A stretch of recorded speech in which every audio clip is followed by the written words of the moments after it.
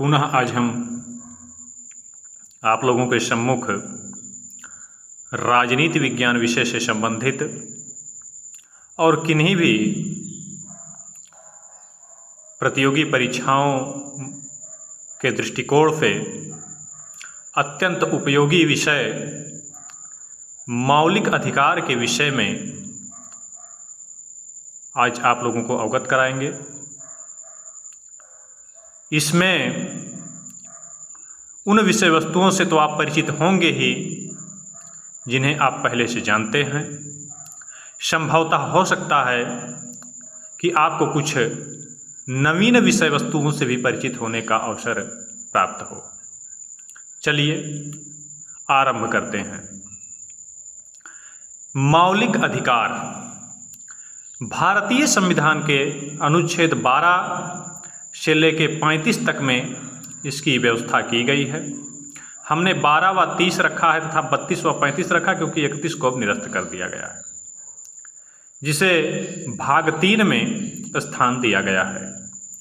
सर्वप्रथम हम इसके इतिहास की बात करेंगे तो यदि ऐतिहासिक तौर पर हम इस विषय वस्तु का आकलन करें तो सर्वप्रथम ब्रिटेन द्वारा नागरिक अधिकार के रूप में इसे स्वीकृति प्रदान की गई, जहां 1215 ईस्वी में सम्राट जॉन द्वारा ब्रिटिश नागरिकों को इसे हस्तांतरित किया गया, जो विश्व इतिहास में आगे चल के मैग्ना कार्टा के नाम से प्रसिद्ध हुआ। आगे चल करके इसको विस्तार देते हुए 16 दिसंबर 1689 ईस्वी में ब्रिटिश संसद द्वारा बिल ऑफ राइट्स के नाम से पारित अधिनियम के द्वारा इसका विस्तार किया गया। आगे चल करके सर्वप्रथम यूएसए के संविधान द्वारा ने संयुक्त राज्य अमेरिका द्वारा इसे व्यवस्थित व लिखित तौर पर स्थापित करने का कार्य किया गया।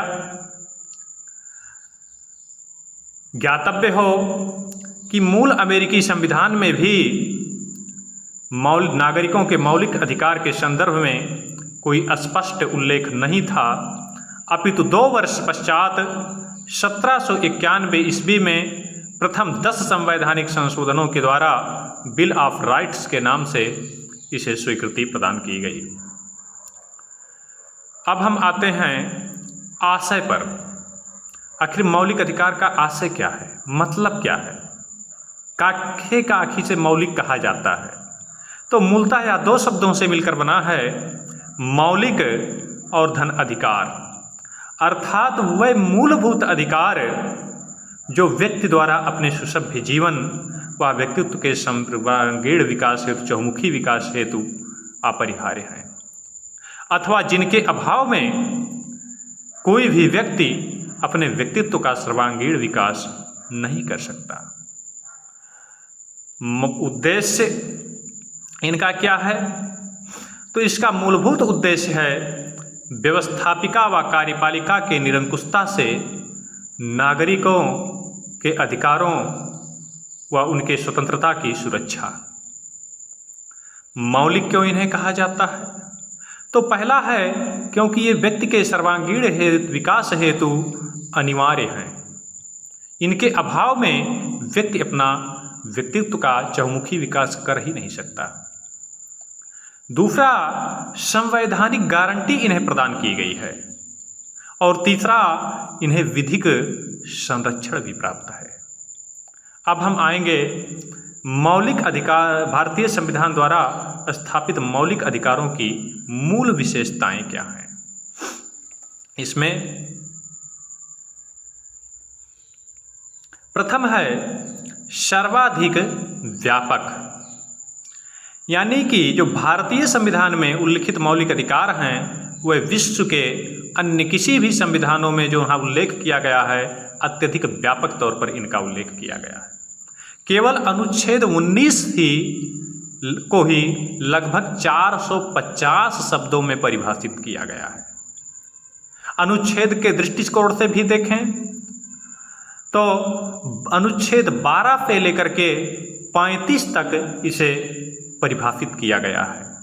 तो इन तमाम दृष्टिकोणों से यह विश्व के सर्वाधिक व्यापक मौलिक अधिकारों की व्यवस्थाओं में समाहित है। दूसरा है न्यायिक संरक्षण, यानी इन अधिकारों को, नागरिकों के इन अधिकारों को न्यायपालिका द्वारा संरक्षण प्रदान किया गया है। तीसरा है शासन के निरंकुशता पर अंकुश। ये जो मौलिक अधिकार हैं, नागरिकों के अधिकार हैं, ये शासन और सरकार के निरंकुशता पर अंकुश लगाने का प्रयत्न करते हैं, नागरिक अधिकारों को सुरक्षित करने का, नागरिक स्वतंत्रता को सुरक्षित करने का कार्य करते हैं। चौथा, भारतीय व विदेशियों में अंतर। इन अधिकारों में भारतीय और विदेशियों के संदर्भ में अंतर स्थापित किया गया है। कुछ मौलिक अधिकार हैं जो केवल भारतीयों पर लागू होंगे, भारतीयों को प्रदान किए गए हैं। कुछ ऐसे भी अधिकार हैं जो केवल विदेशियों को प्रदान किए गए हैं।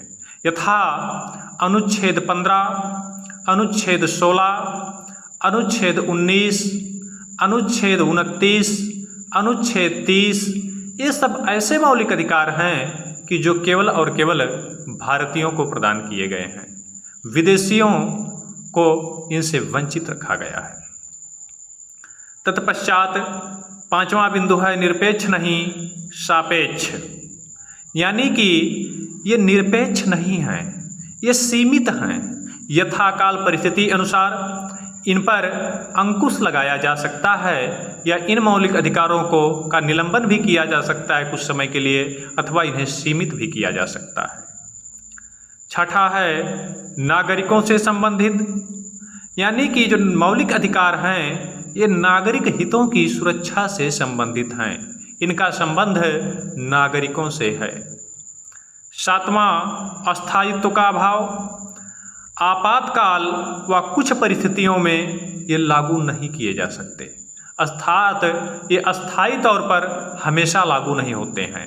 कुछ ऐसी परिस्थितियां होती हैं जब आपत्ति की काल आ जाता है, विपत्ति का काल आ जाता है, देश की सुरक्षा का प्रश्न आ जाता है, तो इत्यादि संदर्भों में इन्हें या तो सीमित कर दिया जाता है या निरस्त कुछ समय के लिए इनका निलंबन कर दिया जाता है। ध्यान देने योग्य बात है कि अनुच्छेद 21 तथा 20 का निलंबन किन्हीं भी परिस्थितियों में नहीं किया जा सकता।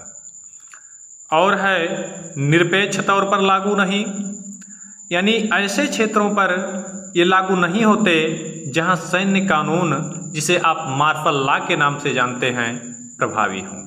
निरपेक्ष तौर पर लागू का मतलब नहीं कि ये हर क्षेत्र पर लागू नहीं किए जा सकते। कुछ ऐसे क्षेत्र होते हैं जहां सैन्य कानून लागू है, जहां मार्शल लॉ लागू है, ऐसे क्षेत्रों पर इन्हें लागू नहीं किया जा सकता। कुछ व्यक्तियों, कुछ पदाधिकारियों के ऊपर भी इसे लागू नहीं किया जा सकता, यानी प्रत्येक पदाधिकारी को, प्रत्येक नागरिक को भी प्रदान नहीं है। सैन्य सेवाओं में, खुफिया सेवाओं में कार्यरत पदाधिकारियों को इन अधिकारों से वंचित रखा जाता है।